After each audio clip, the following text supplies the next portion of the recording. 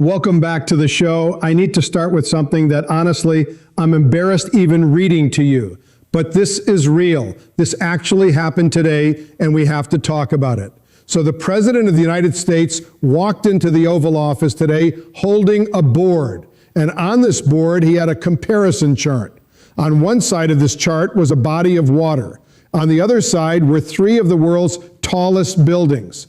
We're talking the Empire State Building, the World Trade Center, the Sears Tower in Chicago. And you know what he was doing? He was bragging that his pond was bigger than these buildings. I want you to think about that for a second.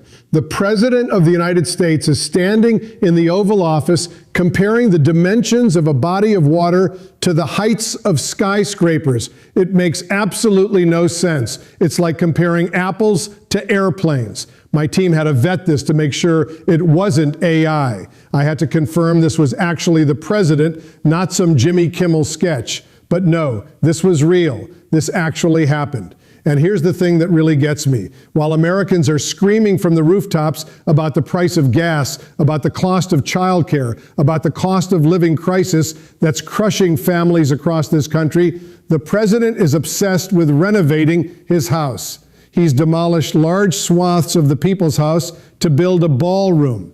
He's paved over the Rose Garden. He put his name on the Kennedy Center, which the Washington Post is reporting he'll have to remove by Friday. This is what he's focused on, not helping his own voters with the cost of living, not addressing the things they're stressed about. Instead, he's measuring pools against skyscrapers and renovating the White House like it's his personal real estate project. And let's talk about what else is happening. He's created a $1.8 billion slush fund that he controls. A slush fund designed to help him and his allies, including violent insurrectionists. Even members of his own party are objecting to this. Congress is now trying to formally kill it. The Senate voted on a motion to permanently ban the fund's existence. Republicans killed that motion because they want to save the fund. They want to protect it.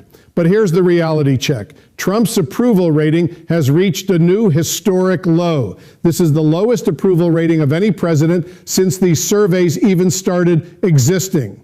And his approval on the economy, it's even lower than his overall approval. Let me break down what's actually happening to Americans right now. A year ago, Trump ran on a simple message. I'm going to put more money in your pocket. And he won. He shellacked Democrats with that message. But fast forward a year, and before his war even started, the only cost that had gone down in a family's life was gas prices. Not housing, not health care, not groceries, not childcare, not any of the things families actually need. And now, with the war he started, every single American is paying the price. Gas prices are surging. People are seeing it 20 times a day when they drive to work. The middle class is feeling like a dream their parents got to accomplish, but not them. Now let's talk about something even more disturbing. Bill Pulte is being given a third job in the Trump administration. He's becoming the acting director of national intelligence. Think about that for a second. Here's why this should terrify you. Bill Pulte has no national security experience. We can't even figure out if he's ever handled classified information or has a security clearance. But that's not the worst part. The worst part is that he's already shown he has zero qualms taking orders from Trump to weaponize the government against American citizens. He's done it against Adam Schiff. He's done it against Tish James. He's done it against Lisa Cook. He's shown not only an interest, but a willingness to use his position to manipulate information to do the bidding of Donald Trump to weaponize the government against people. Now imagine that person with access to all classified information. Imagine that person in charge of 17 different intelligence agencies. Imagine that person with the most sensitive tools in our government.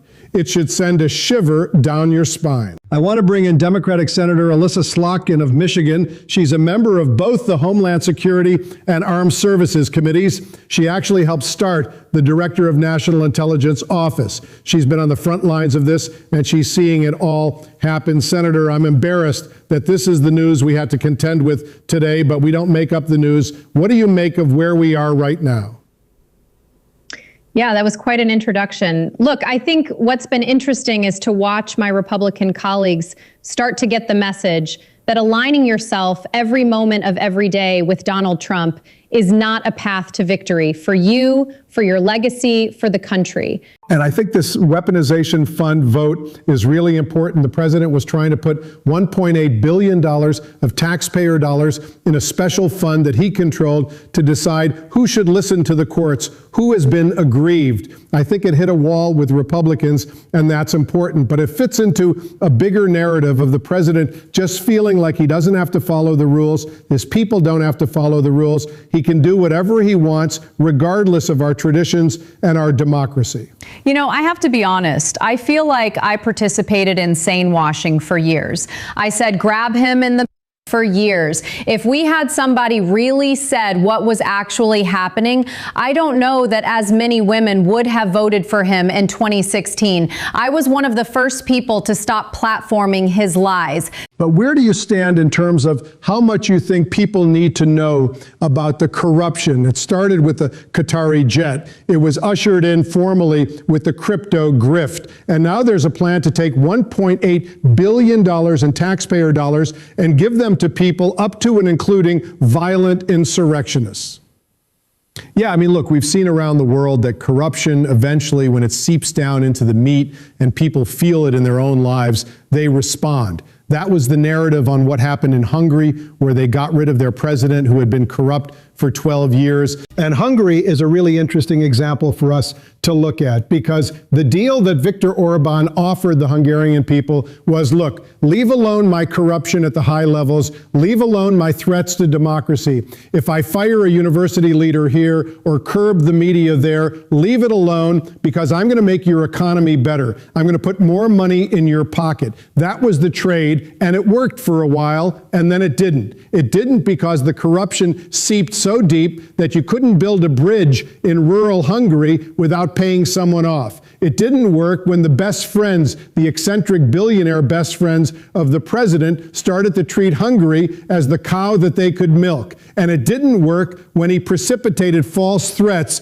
and tried to bring in security forces at the very end to prevent him from losing. I think that's a very interesting example, and you see certainly whispers of that same thing going on here in the United States. And look, that same poll that has his approval at a record low also shows his approval on the economy is even lower. 76% of Americans say the economy is poor or fair. Just 20% say it's good. I think it's hitting his constituents where it matters in terms of their economic concerns.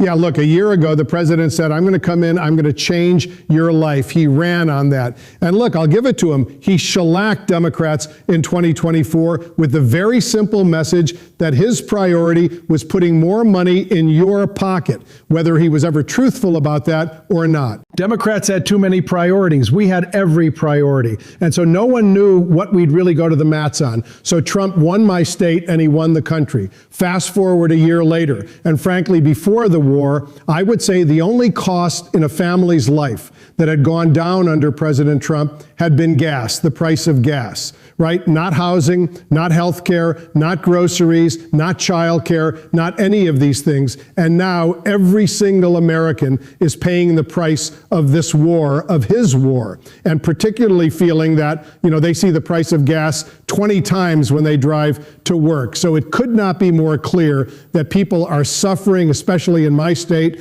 and they're feeling like being in the middle class is like a dream that their parents got to accomplish, but not them. So I think that even if people are sometimes reluctant to say that they regret their vote or they're switching sides or whatever, that in their hearts, they can't say with a straight face that they are better off under Donald Trump. I have to ask you, because of your years of service, your reaction to Bill Pulte being given a third job in the Trump administration. He will, I think at the end of this month, become the acting director of national intelligence.